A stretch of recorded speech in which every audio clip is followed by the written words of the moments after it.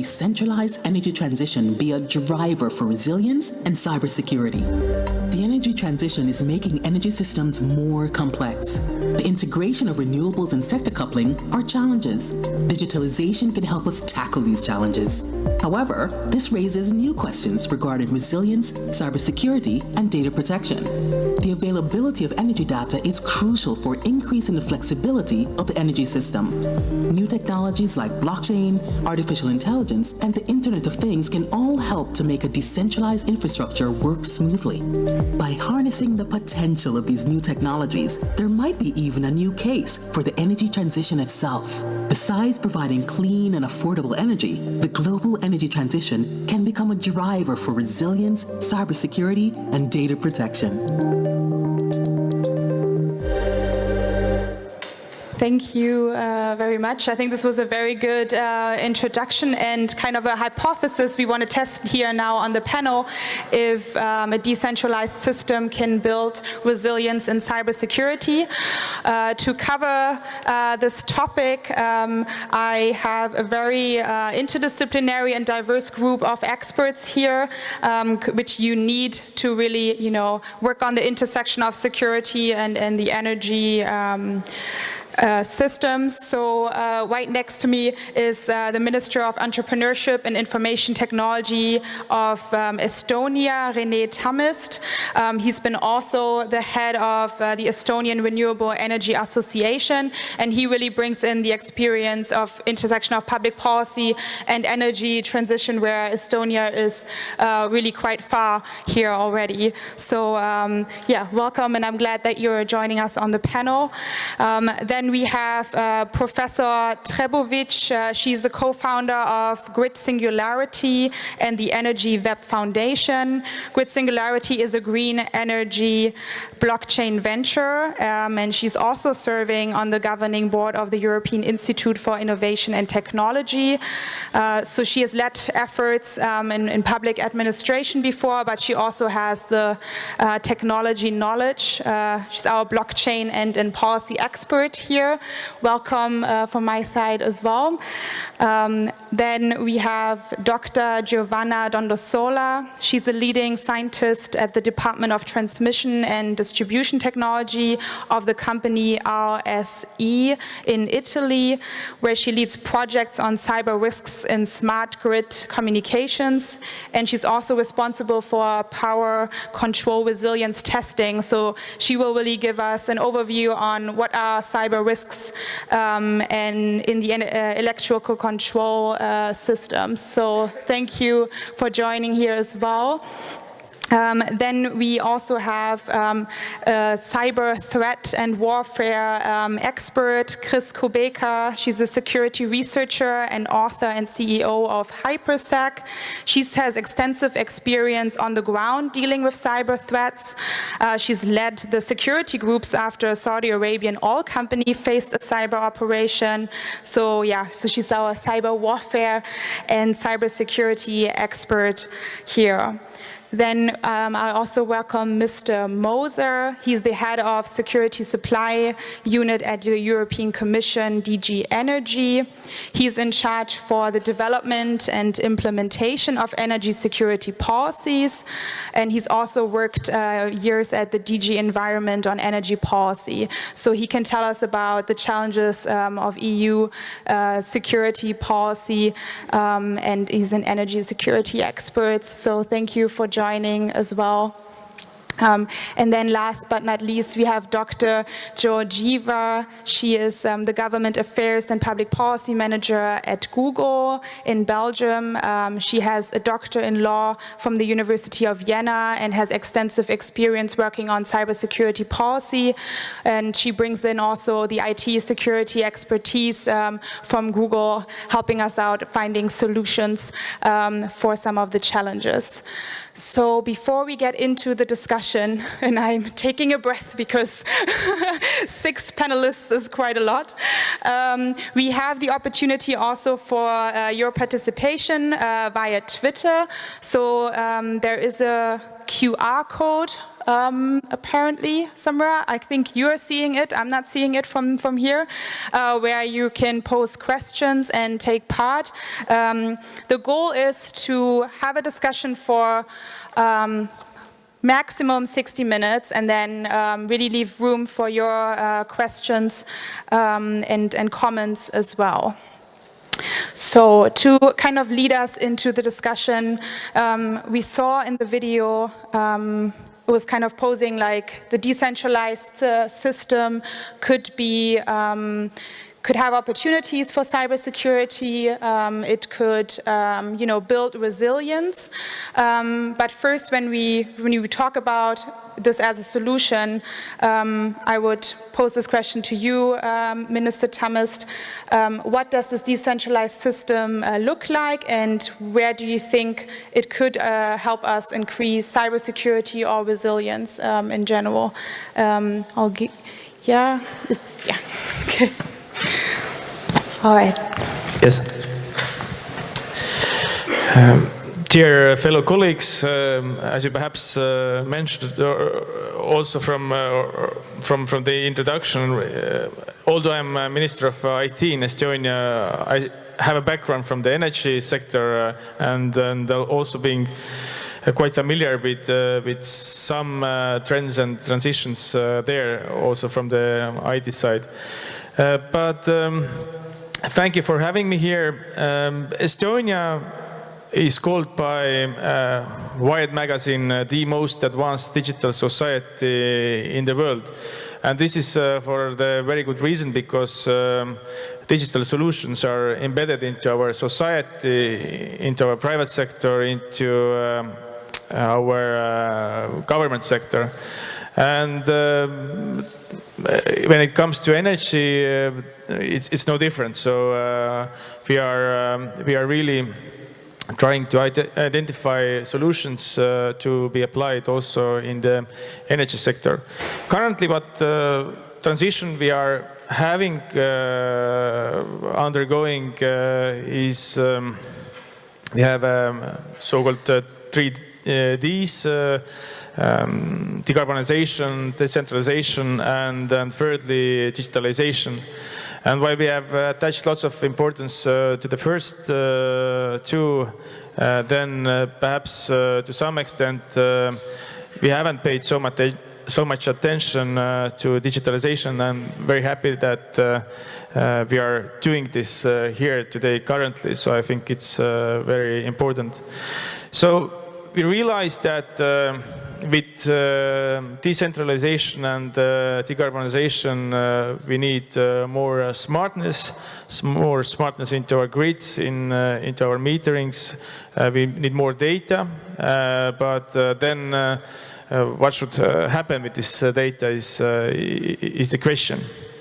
So from the regulatory point of view, we have worked over the years at the European level to realize the free flow of energy, to have a fully integrated internal energy market. And I myself have contributed towards this aim quite extensively in my previous career, also as a member of ACER's administrative board. But at the same time, we have a problem with free flow of data. And this is not only with the energy sector, but it's across the board, so in different domains.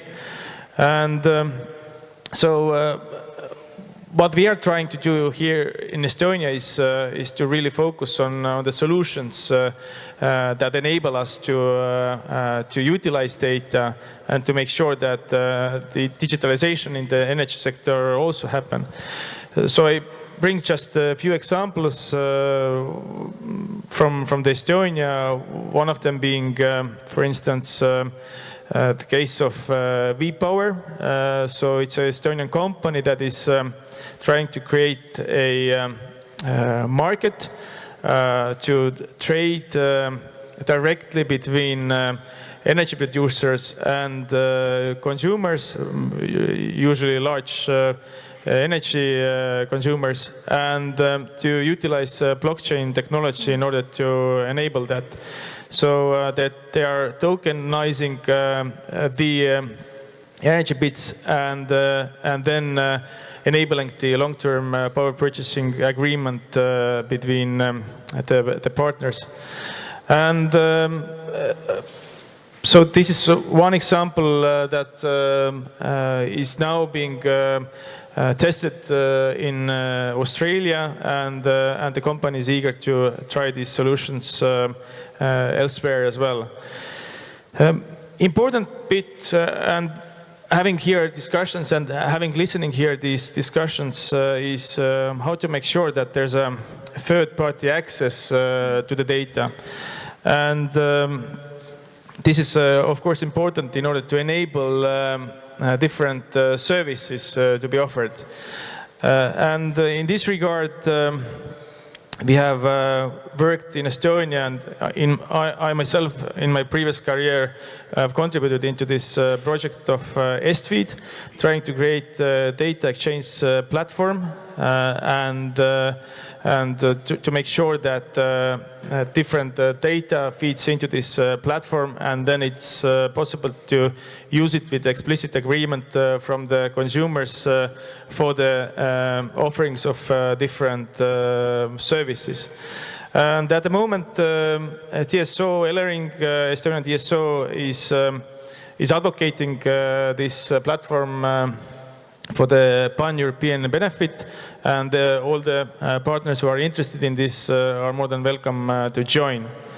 All right. Well, thank you so much. I think this already gave us a good overview on,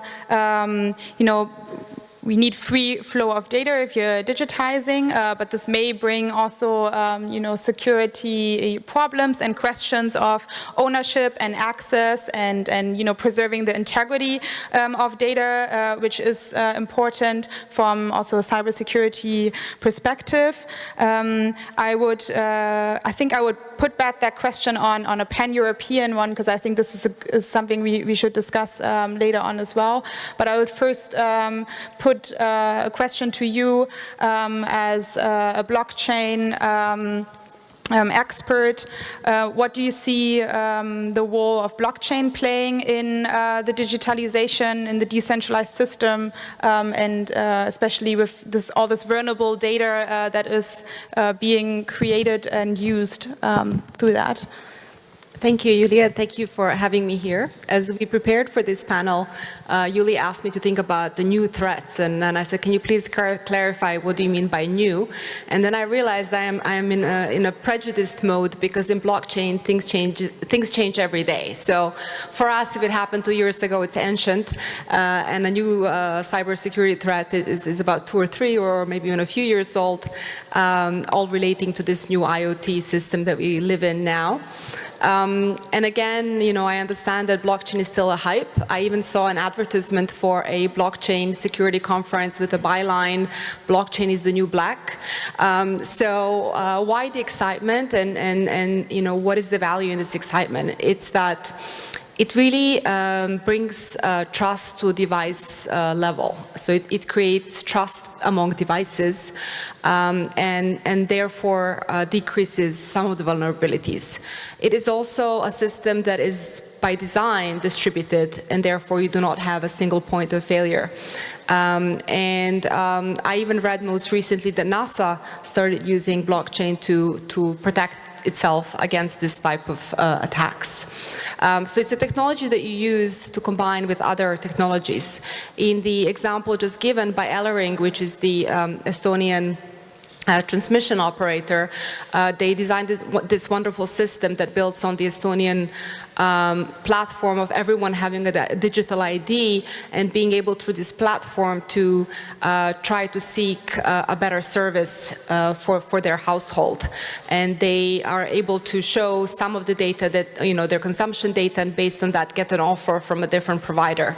And the discussions they're having right now is exactly, where is that data being held and why is it in one server? So if you add blockchain on top of that service, you are no longer holding data in one server, and you are able, as a person who owns that data, to withhold that data in a more secure fashion. So it is really an enabler, a technology that you'd add on to other systems that you have. What is really interesting about blockchain is authentication. It's that it asks all the time, what is your identity? Sometimes also, where are you? At what time are you doing this? And therefore, if you want to increase the level of trust in terms of what the identity is, you can program that. So smart contracts on a blockchain are nothing but programs that say, if A does this and B does that, then C happens. So you can program into blockchain automatic processes to ensure that there is sufficient knowledge all the time about who is connected to the network, how, and what are they allowed to do on the network. And I'm talking off-grid as well as, grid balancing part of where blockchain can be very, very useful. So there are a number of uses really to boost cybersecurity. The vulnerability remains always the same with blockchain or with any other technology. It's the point of entry. So, for example, we have developed a toolkit which helps track renewable energy production, and you can issue certificates online, you can trade them, and you can do this in a highly trusted manner. If you're going to do the same with tracking pollution, then you rely on other sensors that are less secure and less accurate, I would say. We just had a conversation about oil tracking. Where does this oil come from? What's happened to it in terms of processing? There you have to rely more on sensors and even humans to enter some of the data. And there you will always have the same problem with or without. But with blockchain, you add automation, you add device-level interaction, you distribute the access points in a way that you make it more secure and not less secure. So it's a technology that's really well designed for an IoT distributed system. I'm not only talking about energy, I'm talking also about all the other industries that have to authenticate the provenance and standardize. So just leave it at this for now. Yes, okay. So yeah, thank you very much. I think now we got a good overview of also maybe how blockchain can be a solution for some security problems, but I feel like we wouldn't really sit here if we could solve everything with blockchain. So now I'm posing it to you, knowing, maybe some of the cyber risks that we are seeing also in grid control systems, and other things, in the energy sector that have been digitized. Could you give us an overview on, what are the risks you're seeing and you're working on, and some of the challenges with that? Okay, thank you very much for your question and for the invitation, of course. It's a great pleasure to be here for me. And just for addressing the question, I think that it's important to focus on the topic of the event, energy transition, and in particular if we consider also the clean energy package. You all know that there are 3 main D that we can put on the top of the clean energy package. These are decarbonization, digitalization, and decentralization. So, of course, starting from the first one, so decarbonization, we have to focus, of course, on the integration of renewable energies in the energy infrastructure. So this means, of course, to have a very decentralized, as we said, infrastructure. And also I do like to mention that ENTSO-E, that is the European Association of Transmission System Operators involving all the TSOs in Europe, issued some network codes that are strictly related to the, for instance, one of the codes is called System Operation Guidelines, and it's just targeting the information exchanges that are needed in order to operate the decentralized energy infrastructures. And in particular, they are defining the requirements for these information exchanges and for getting data from the smart grid user, what they call the significant grid users, available to all the stakeholders that need such data. And all the stakeholders means mainly TSOs, DSOs, distribution system operators, but also balance service providers, for instance, for targeting the future markets. And so you can understand that in order to identify the appropriate digital solution for such grid users, significant grid users, of course we have to identify sustainable solutions in terms of CAPEX and OPEX which are involved in such digital solutions. And most of the times, if the size of the grid user is not bigger enough, this means that they have to be based, for instance, on connectivity that is provided by third-party operators. So this means that also these operators have to provide reliable services, and also of course, digital service providers, such as, of course, cloud-based services providers, have to provide reliable services for such information exchanges.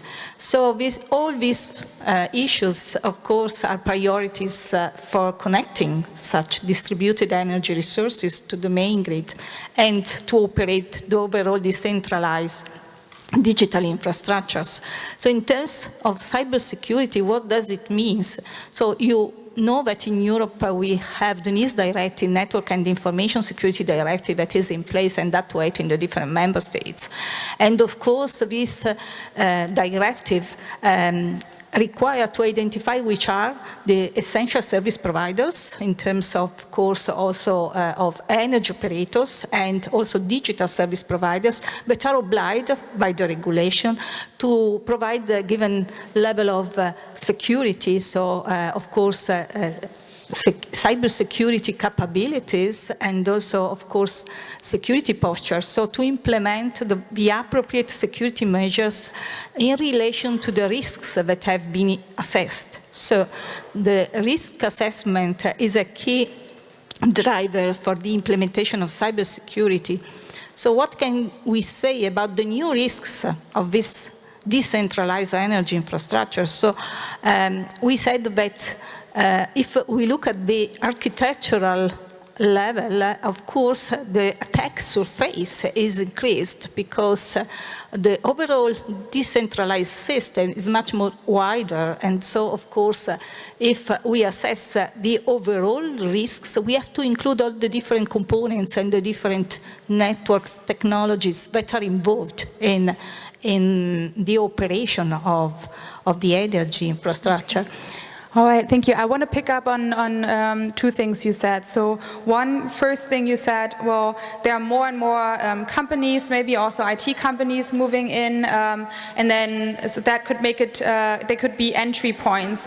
We saw recently in the US an attack where there was spear phishing campaign going to a company that was a supplier of, the primary target, and through that they would actually access, the primary target, and then that's where the ultimate cyber attack would be aimed at. Let's talk about this challenge a little bit, and also on a meta level, on a policy level, and then I'm going to point to you, Mr. Moser. The NIST directive says, you should identify what is critical, what are essential services, but I find that very, very difficult in that way. And where do you see, what was the thought behind that maybe at the beginning on what is critical, and then how could we deal with this challenge from a policy viewpoint when more and more suppliers and companies are moving into this field? How can we keep an overview even on what could be potential entry points?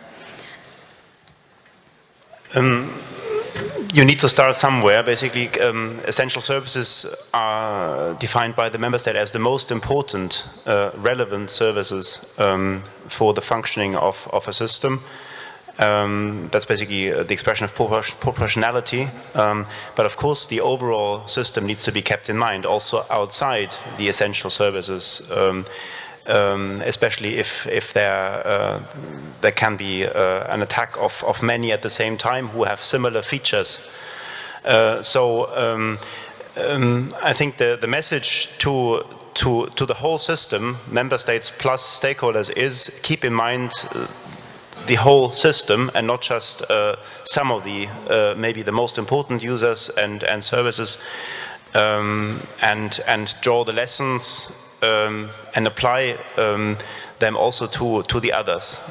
That's quite critical and quite important. There is no uniform application. It's up to the member states to define what they consider as essential. And I think the tool which is critical and which is central to all our efforts here are risk assessments. Yeah? So risk assessments need to be made with an open mind on a regular basis, and whenever something new happens, in order to draw the lessons. And then you can decide whether you need to adjust, for instance, even the nomination as essential service provider, or what other lessons you have to spread to other parts of the system. All right, well, thank you. So we have a little bit of an overview on some of the solutions and also the cyber risks, but I think one of the players that is still missing is what is the threat landscape? So what are we actually looking at? Who is trying to attack the energy transition, and what are we seeing? And so I pose this question to you, since you had actually experience dealing with a cyber operation that was aimed at an oil company. Can you give us an overview on the threat landscape? How serious is this, and who's targeting us? There's a lot of people targeting a lot of different operators. The critical national infrastructure of every country, it is indeed unique, and it's decided by every member state, which can get a little confusing when there is a major attack that can go from one country to another. We're connected by our energy grid, and we also connect to other non-EU countries, but European countries, where their geopolitics can also affect us. Good, for instance, would be there was a continued conflict between Serbia and Kosovo, which caused a deharmonization and undervoltage of the EU power grid, and we lost 113 gigawatts of electricity over an almost 4-year time period, and all of the European system clocks on like your microwave and your oven lost up to 6 minutes of time just because of this undervoltage caused by geopolitics. Now, in the case of the attack against Saudi Aramco, there had been previous attacks against the Iranian infrastructure regarding uranium enrichment plants. And there was a particular virus, one called Stuxnet, the one after one called Flame, where they had a burning American flag on their malware. In turn, when in 2012, 2012, they attacked Saudi Aramco with something called Shamoon. Our particular variant at Aramco actually had a burning American flag. And what was unique about that particular attack was 25% of the world's energy in some way, shape, or form goes through Saudi Aramco. It is now known as the world's most valuable company. And if you attack a very, very large company that has spiders out into all different directions around the world, you can deeply affect markets more than just in one country. So we have to take a look at the geopolitics that could affect our energy in one area and realize that it can actually affect our energy here. At the time of the attacks, we were looking at the possibility if Saudi Aramco went completely down from their oil production, that we could have $400 to $450 a barrel of oil. And that would have been devastating to a lot of economies. So it's very important that we look a bit more on the broader picture, because what happens over there can deeply affect us over here. And unfortunately, when there's money and there's politics involved, those things are a target, very much so. All right, thank you. So before moving into some of the IT security solutions, I really want to know of Google, because I'm pretty sure they're receiving lots of cyber attacks all the time. I want to first ask you, as in Estonia, seeing this also geopolitical situation in Estonia is, has been the target of one of the major cyber attacks on a political IT infrastructure. How are you preparing for such a scenario? What are some of your policy solutions, practical solutions that Estonia's looking at? Sure, thank you for this question. Indeed, the more services we have online, the better actually our cyber security has to become. And this is, I think, very important to bear in mind that each time when we are connecting new services, new data, then especially to the internet, then we have to upgrade our security systems as well. So what we are doing is we are really putting lots of attention onto cybersecurity, and the way we have built up our digital societies is on a distributed basis. So we don't have centralized databases, but rather distributed systems which are connected to one infrastructure. And I think this is important also when we are considering the European approach. So how should we build up these cross-border data exchanges to make sure that we are building a resilient system. So you brought an example of Estonia's case from 2007 when we had a strong cyber attack against our systems. So what we learned from that is, first, we have to invest more into our systems, and we started to use blockchain to protect the integrity, security of our data. So actually at that time, the term of blockchain wasn't even born, I think. So instead we used the term of timestamping. And the same technology actually is used nowadays with our data exchange platform Estfeed, which I mentioned previously. And all our log files are actually used in order to protect this with the blockchain. So indeed, so we are building a resilient system on a distributed basis, and I think this is a good approach also when we are considering a pan-European approach. Okay, now I would like to ask you, Dr. Georgieva, so as Google, is a very innovative company, how are you, staying innovative and then at the same time, keeping cybersecurity in mind? What are some of the solutions or experiences, maybe also, from a private company standpoint, who has, quite secure, at least what I've been dealing with networks. Thank you very much. I think I don't have to add anything to what you just said. But thank you very much for this invitation. It's really amazing to be part of this very interesting conference and listening to all the very interesting discussions in the last 2 days. Indeed, we have protecting one of the world's largest networks in a very connected world, in constantly evolving cyber threats is, I would say, an issue, definitely. And I'll just give you 2 numbers. We have like every minute, we prevent 12 million spam messages to reach your Gmail account. Every day we are securing 3 billion devices around the world with our safe browsing anti-malware system. So the figures are quite amazing, and we have a lot of products and services with over 1 billion of users and customers, indeed. And that's why for us, security is actually in the middle, in the center of our thinking. Security was and is still always been a very central topic which actually drives our thinking. It drives our structural thinking, our operations, our trainings which we offer to our colleagues, and also the data centers.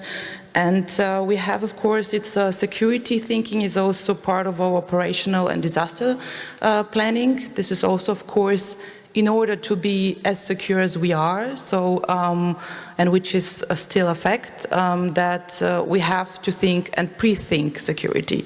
So I think in the last few years, security by design is a very buzzword.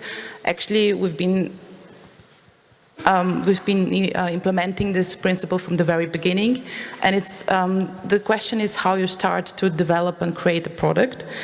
We have also but I think it's very important that cybersecurity is not a final condition. It's a constant process. It's a continuum actually, a continuous and very often automatic protection and prevention and reaction. So you have actually 3 elements to think about.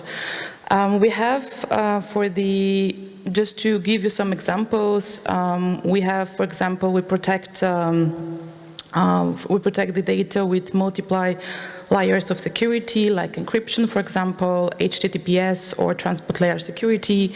We have, and this is what I'm always trying to explain, we built in security. So security is we are aware of our responsibility, and that's why we try to build in as much as possible security.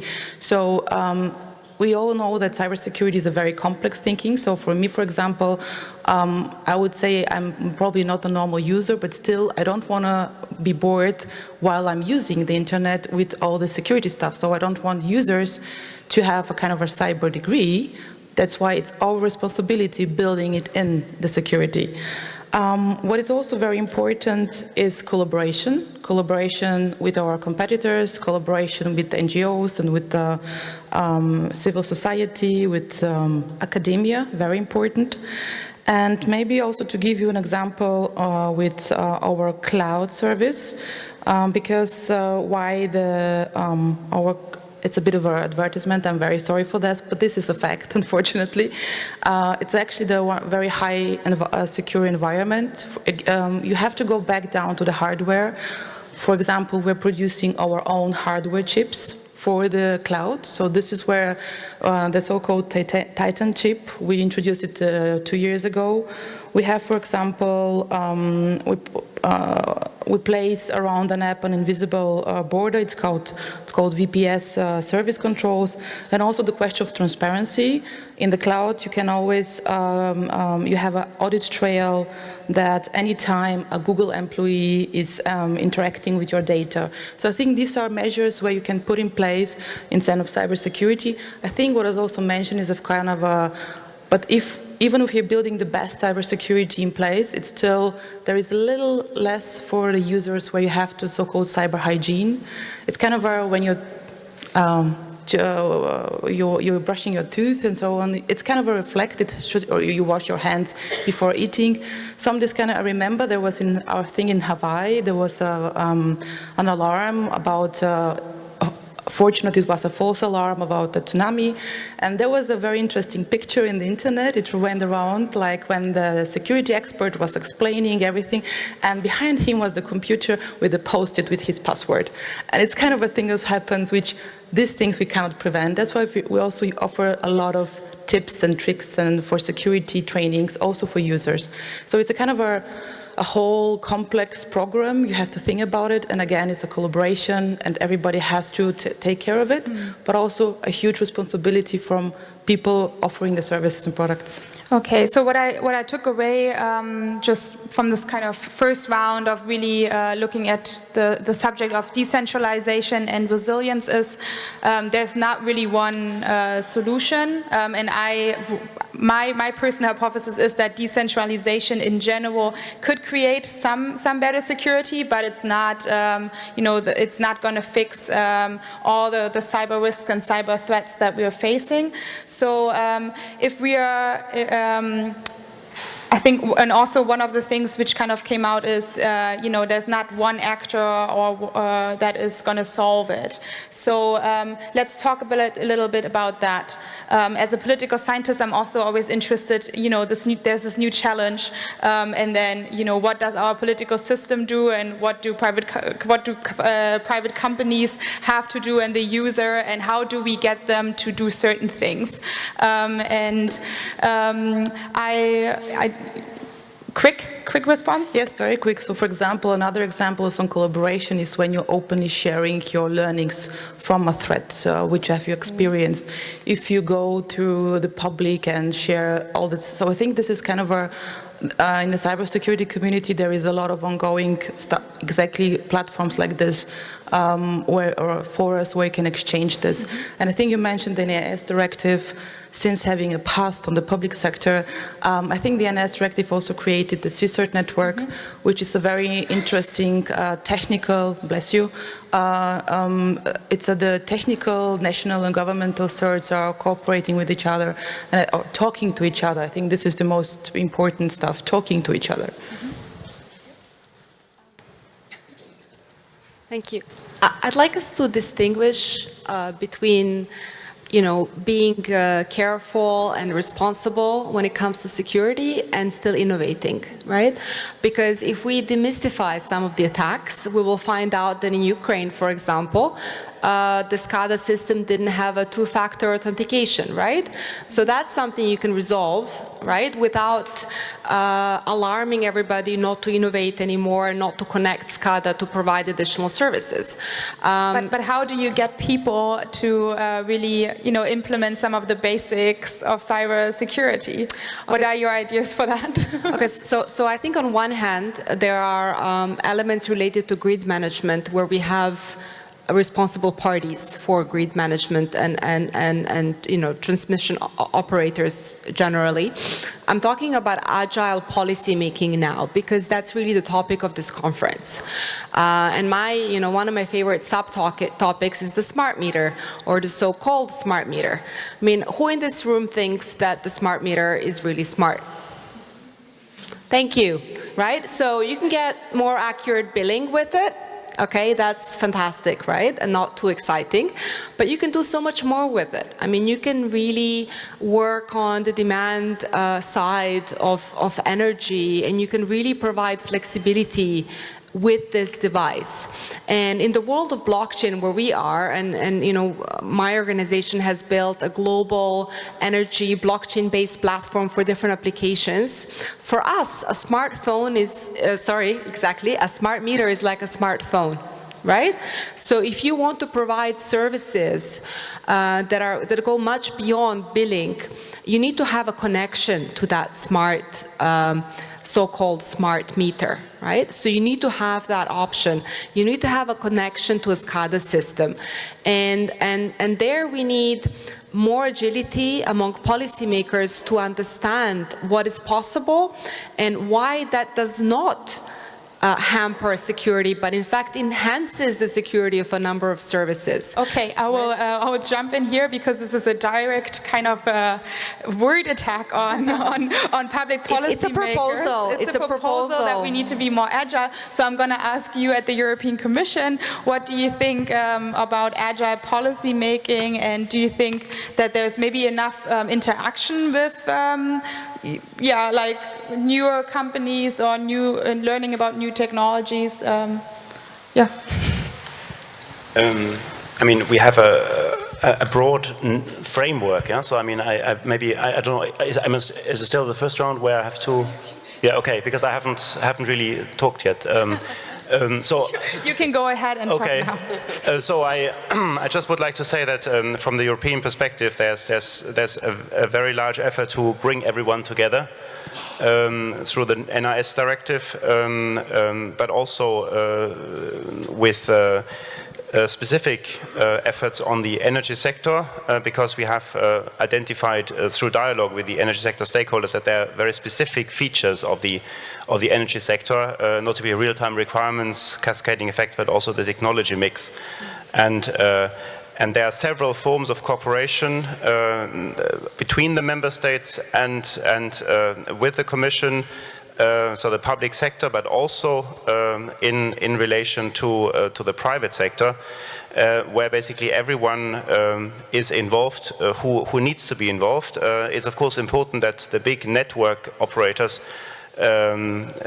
are there, but also technology providers and also the smaller players. For that we have a special forum of information and analysis sharing, the European Energy ISAC, Information Sharing Analysis Center, but there are also other initiatives basically within the private sector which interact then with the Commission and the member states. Based on the Clean Energy Package, which of course relies on digitalization, we will bring forward a network code on cybersecurity which complements the efforts done by the NIS directive. To bring out specific rules for that. There has been an expert group who has worked on that, and there will be a mandate to the transmission system, but also distribution system operators, and of course in consultation with the other stakeholders to work that out. The idea is really to identify what further rules are needed and useful to bring forward cybersecurity. There's also the Cyber Act, basically from last year, which develops a scheme for certification. There we will have to identify what actually is useful for the energy sector, because there are advantages and disadvantages of certification. We don't want to fix things prematurely, so we will engage and reach out with the stakeholders to identify a common view, what actually should be certified. What is on the table basically as options are processes, but also services and products as possible issues to be certified. What last week the Commission adopted is a recommendation on cybersecurity and energy sector, which is already a first step towards a network code, which is an invitation to a debate with the stakeholders. It is not something which we say is the ultimate and final truth. It is something which should be revised, and I invite you to have a look at that. It's from last Wednesday. Our recommendation on that, basically developing our views on what should be done in order to address real-time requirements, the cascading effect and technology mix. Of course, several of the issues which have been mentioned are taken up there because it comes from a dialogue with the experts, notably specific risk assessments, to have redundancy in the system in terms of networks, automated responses, then of course public-private cooperation, and then security by design, avoid spillover effects, and all basically in order to achieve resilience of the system.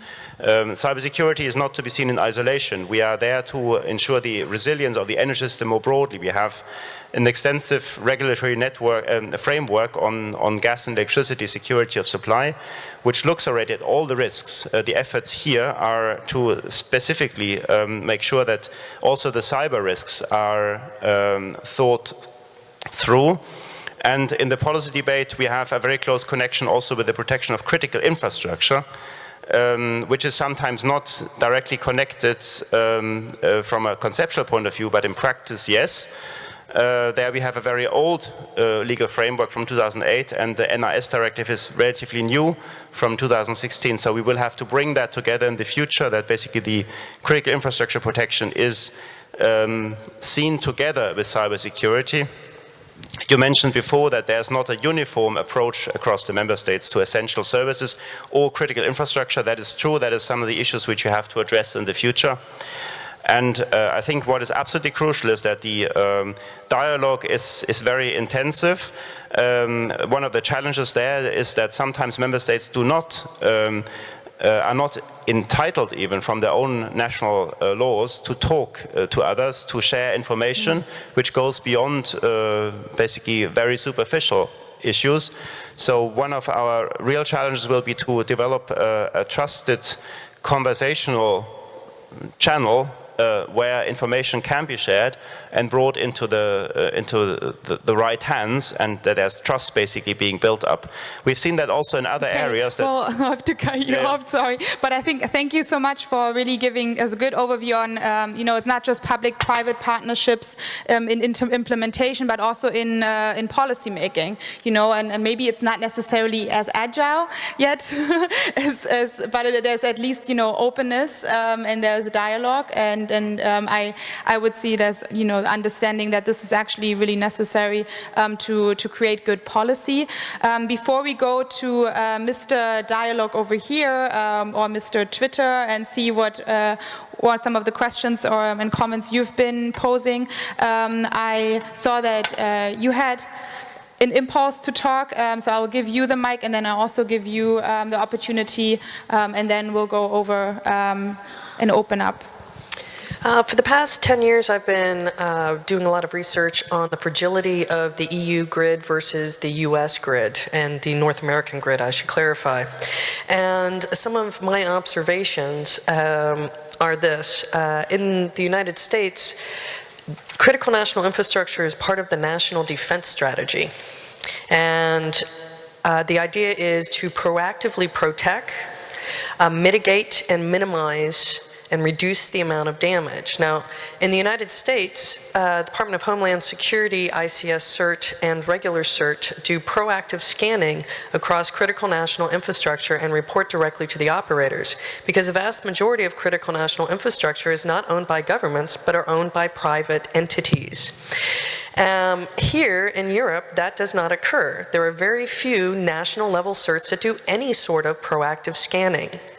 And this poses a big problem because when you want to innovate, you want to be able to jump, connect, and do things, and not everybody realizes certain dangers which could be part of the national defense strategy. But there is no cohesiveness when it comes to critical national infrastructure, and part of that strategy here in Europe. So when I take a look at the two grids, I see that the United States one appears to be a lot more mature in that manner. And one last thing to add, there are two known energy-specific certs here in the European Union, in Europe, but only one is actually mature, fully mature, up and running for a number of years, and that is the Austrian energy cert. So we have a lot more to go when we're talking about trying to prevent and be proactive, because in Europe we're just not quite there yet. Yes, as the question was directed to the policymakers from my left, then I completely agree with the point that the governments should be more agile in seeking the solutions and promoting the solutions. And I think a lot actually stems from the political will. So what we have noticed and seen in Estonia is that in order to develop the digital society, there has to be constant political will to do that. In this manner, we actually have introduced e-voting, so the only country in the world so far, and energy is not the only critical infrastructure that is moving towards digitalization. So I think political will is definitely there to be needed in order to advance, in order to find the right balance between protecting the privacy and at the same time trying to make sure that innovation is there and really bringing these solutions that are actually there in order to be employed forward. All right, thank you. So yeah, I'll hand it over to Mr. Dialogue. Thank you. Chris. All right, so we have one last round at the Mentimeter. So if I can get the QR code up there once again. We have relatively low participation right now, so I want to stress that this is your last chance at this conference to participate. If you don't do this now, you will regret it for the rest of your flight back home. So please click on those buttons there and let's get those questions answered. A few tweets that I'd like to show. One of them is with a picture here. So those of you who are not able to attend the women's lunch upstairs, this is what it looked like. But actually, this is a failed opportunity here because this room is not that special. That's not what makes you jealous. What makes you jealous is when they turn this way and take a picture of the roof terrace. So if one of the ladies took a picture of the terrace and would like to make everyone jealous, please use the hashtag and I will show that in my last appearance today. Otherwise, we had a couple of questions here. Let me see if my iPad works. CSF asks how we should deal with the problem when in blockchain wrong information is introduced to the system. And Jose wants to know, smart meters aren't really that smart. Are their designers not that smart as well? Well, I guess I'd like to tie that in actually with the poll that we're going to show now. So let's switch over to the poll. And we have 3 questions here. The first is the integration of renewables an opportunity or challenge? So most people thought it was an opportunity. Should the discourse on the energy transition focus more on resilience and cybersecurity? Overwhelming yes. And here's the question that I had a little bit of trouble with. Will the shift to renewables increase the risk of cyber threats? It's about half and half, although it looks like people are still voting. Let's pose this to our experts here. But I would like to actually sort of problematize this because the question for me is not really whether renewables increase the risk of cyber threats. It's whether things like the smart everything will increase the risk. Because I haven't heard that like windmills are a cyber threat. I've heard that they cause cancer. So maybe you can comment on that, and I'll hand over to Julia now. Thank you. Awesome, thank you so much. I like these tools. So yeah, maybe let's just do a quick round of answering this last question. Renewables or energy transition, is this increasing actually the risks? Start with you and then go around. I have a very quick answer. Since 2017, Google has achieved 100% renewable quota. So we are in our operational infrastructure and data centers, we are 100% solar and wind energy.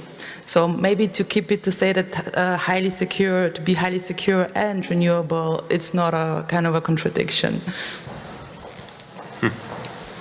Anybody else? I mean, the renewable integration will require more digitalization. Digitalization increases the risks, but only if not properly addressed. So basically, the issue becomes more important of addressing cyber risks, but this can be done, and if you do that properly, notably with risk assessments, risk awareness, trainings, but also the acceptance of the responsibility of each user, of each single user, and not basically delegate responsibility to others and think everything is taken care of by other people, then the renewable integration does not increase overall the risks in our conviction. There would be one situation I happen to see if renewables are introduced to introduce the threat and risks. That would be if we do not plan properly to transition people to better jobs from, say, coal and keep the socioeconomic classes good, because I've seen cases where there's poverty-driven cyber criminality, dealing with malware, ransomware, spam attacks, and so forth. So if we start leaving more and more people behind, the average wage of a malware author in Romania is 10,000 euro a week. So we need to keep that in the back of our heads, that when we transition, we cannot leave that many people behind.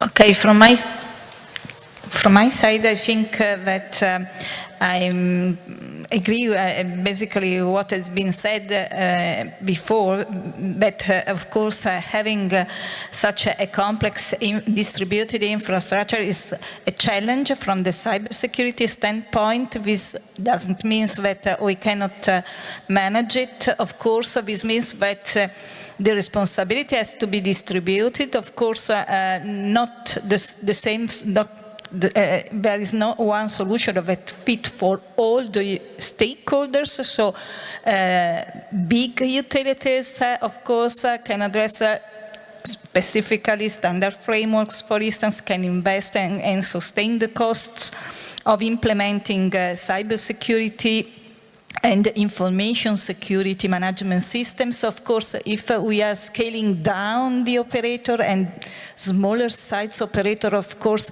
have to manage cybersecurity in a cheaper way. So we have to provide more, let me say, soft handbook for them. So we have to involve vendors, so collaboration, we said. And of course, we need also to develop new tools for managing, for instance, for cybersecurity detection. It's another issue from the research standpoint. Of course, we see, of course, the need to develop and to improve the capability of detecting new threats, and so to develop tools, for instance, based on machine learning, deep learning, and data analytics, and that's a point. So just in one word, I have to say that, of course, decentralization is a challenge from the cybersecurity standpoint, but provides also an opportunity for the whole system resilience, so why not? So I think people were divided because on one hand, increased numbers, increased complexity. On the other hand, renewables are already there, right? So we have that complexity already. To respond to the two questions related to blockchain through Twitter, so one related to the access point, and I thought I had addressed that, which is that it is, a blockchain-based database is at the moment the most secure database. The entry point remains a vulnerability. So if it's a device, like a SCADA or another device that is more trusted, if it's a person entering data, you still have that human error possibility. And that, unless we're all replaced by machines, which I really don't think we will, will remain an issue. On how can it be addressed? I mean, just by having, whatever layers that you have right now on checks and balances to ensure sufficient accuracy and transparency, and using as much device-based data points as possible. The other question was about policymakers and smart meters. It's not a question of, are the policymakers smart enough? It's more a question of that they have this really heavy burden of a very important issue, which is energy supply and energy security, which I fully understand, and that it takes time to make a decision. It takes time to certify a device, but because of this backlog and because of these delays, as innovations come about, they do not get introduced as fast as they could be, and they can enable many other services to customers that are equally important and that still maintain that security. So it's more of an issue of how do you make sure that you understand the changes around you and implement them faster while still feeling confident, having tested it sufficiently, through a regulatory sandbox or whatever is available as a regulator. And also, I have met a startup. They're actually one of the finalists presenting later today. They have produced a currency limiter, as they call it, which makes your home very flexible and introduces that additional service, which is important not just for that household, but also for the grid management. They can go much more beyond what they're doing, and they can become a really smart meter. And then there are other innovators like that. But they will take time because they're not sure if they can play in that area because the certification is such a closed topic. So all I'm proposing here is that it become more of an open topic, that we get to regulatory sandboxes faster, that once we test and we are feeling confident that certain solutions can work and maintain or even increase security, that we start implementing them faster. That's the only proposal at the table here that I have. Thank you. Well, I think it's important, of course, to have technical and institutional capabilities in place in order to deal with increasing cyber threats. But to the question of whether decentralized energy production is increasing cyber threats, I think the answer is no. So we have to be prepared for with more advancing digitalization coming with new types of threats, but attaching cyber threats to renewables, I think, is not the right approach. But what I wanted to mention is that so we are in Estonia facing similar challenges all the time. So where to strike the right balance between the cyber protection, cyber security, and innovation. And so I think important is here that we are transparent with the cyber threats that we have in the society, and also are discussing these issues openly with our citizens. And it is important in order to advance with digital society that people trust in our e-services. If there's no trust, then it is very difficult also as a politician to go ahead with more digitalization. So I think this is really important. Okay, I would like to do one last round for one specific challenge, which, so we discussed now the challenge of innovation and resilience in cybersecurity, and then, you guys mentioned risk assessments, we need risk awareness, we need dialogue, so this is already, I think, a very first step to have such a cybersecurity and resilience focused discussion at an energy transition conference, and you mentioned sanitization, but then also the hassle of we need to implement the challenge I see, which will will face lots of companies will face, but also the public sector is there actually still enough ways of cyber and IT security people meeting, with the energy sector, important people, who are driving innovation there.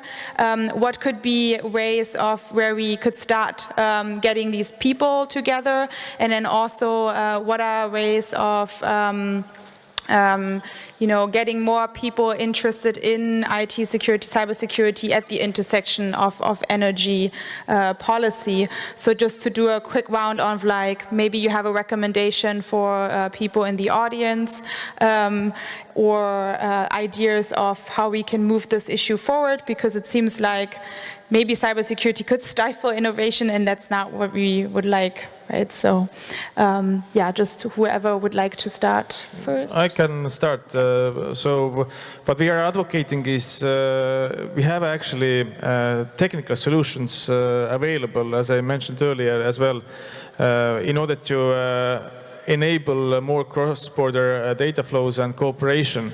So we are offering SFID platform as a data exchange platform for anybody who's interested. And we are discussing currently this with several European nations and advocating this platform.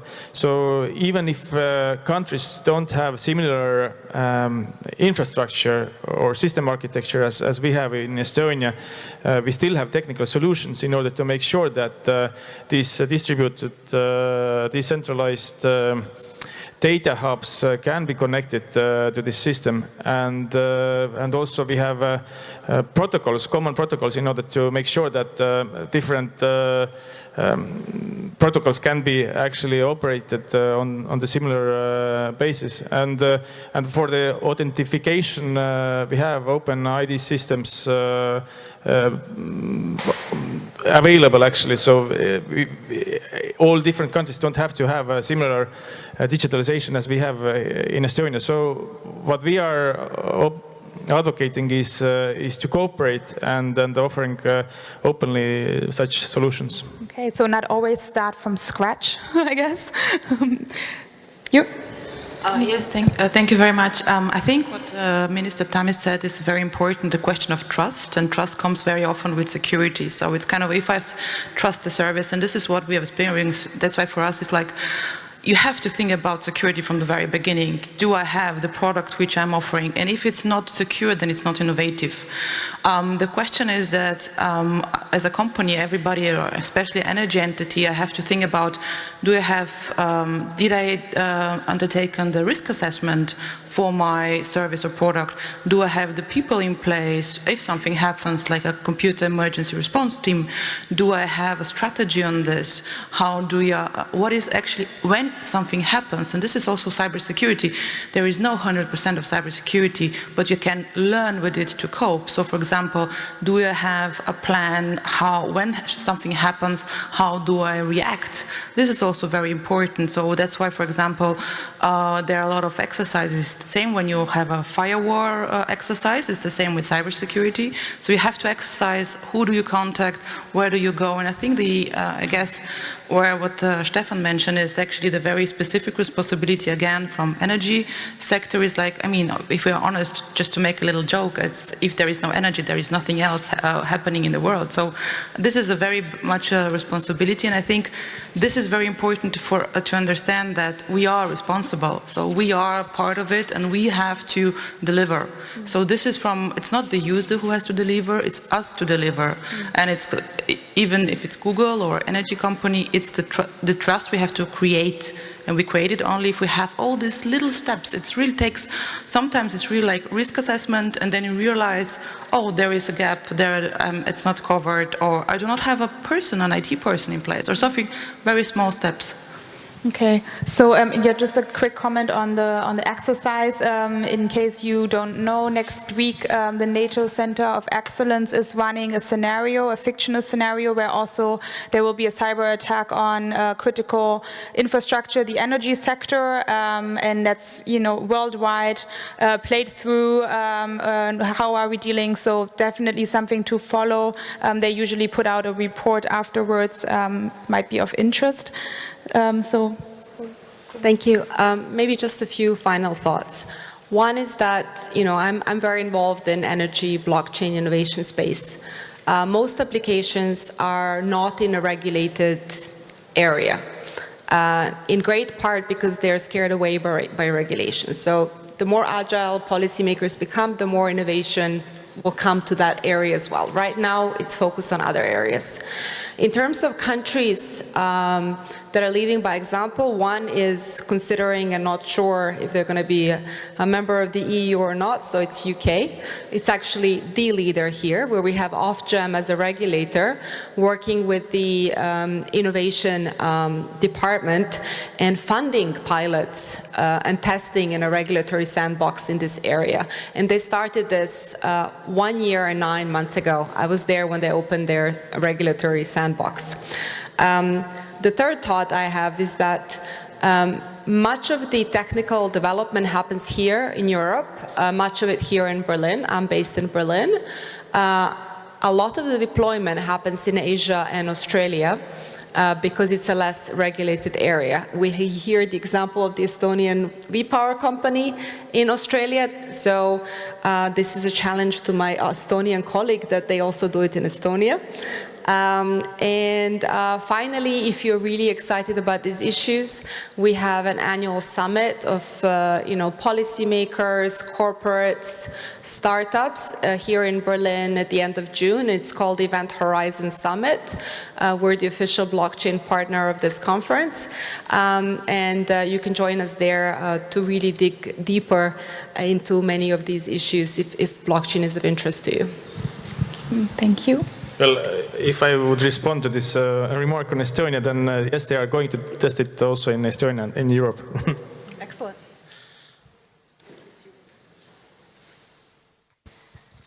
Okay, back to the question of why the smart meters, let me say, are not so appealing as a smartphone for the user and the customers. I think, of course, we all know that for sure we can appreciate the advantage of a smartphone. It's much more difficult for the standard customer to appreciate the value of demand response programs. So of course what you need is just to have also, for instance, cultural campaigns that try to engage the customers in such demand response programs in order to get them more aware of the advantages, because not all our homes are so smart today.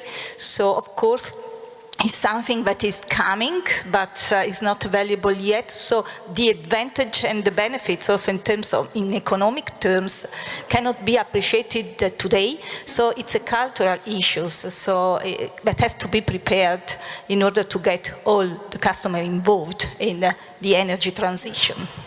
Okay, the two last remarks, please. On also again on question of resilience, building resilience. What is something we should keep in mind now or start doing more of? In your business continuity planning and operations continuity planning, the risk of a cyber event, especially a major cyber event, either happening to you or your third party or suppliers, has to be added into those continuity plans and thought of as another event. Also, with various types of exercises and so forth, you would not want a pilot or a co-pilot to fly an aircraft if they had not been in a simulator first. So I would expect when a major event occurs, what happens is you have to get both technical and completely non-technical people, legal, regulatory, and so forth, as a team, and to start preparing those things now, because it really is not if, it really is when. So I would say preparation and adding into your business continuity and operations continuity planning these types of events. All right, and now since you talked very late, you now have the final last remarks. No. I fully agree with what Chris said, but indeed the question is about skills also, and I think that there is a significant skills gap amongst the users involved in the energy system. There are not enough IT, cybersecurity experts, and probably not enough knowledge spread across amongst the normal users. So I think that will require a particular effort by the companies, system operators, both transmission system, distribution system operators, but also other players in the energy system, to make the normal non-expert users, their employees basically aware of that, but also private citizens should be offered easy tips, as it happens, of course, on road traffic, for instance, about accidents. Yeah? I mean, that has been going on for decades. Education of children, of young people, how to avoid accidents. This needs increasingly to come also for cyber risks. In order to enable them to be responsible users. Otherwise, they simply don't know. They have no chance. This is a major challenge.